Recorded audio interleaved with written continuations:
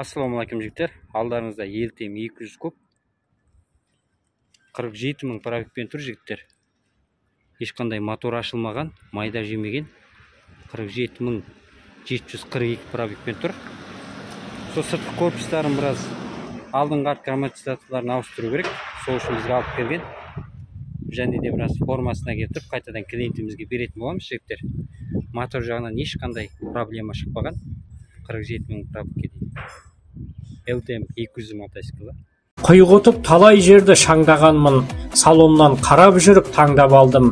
Тастамас жарты жолда мотоцикл, бағы бар LTM-ді таңдағанның.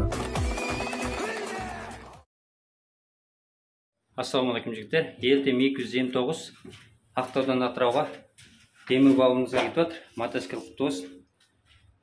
Осылай хабарласып тапсырыс берсеңіздер болады. Кез келген қалаға салып жүреміз.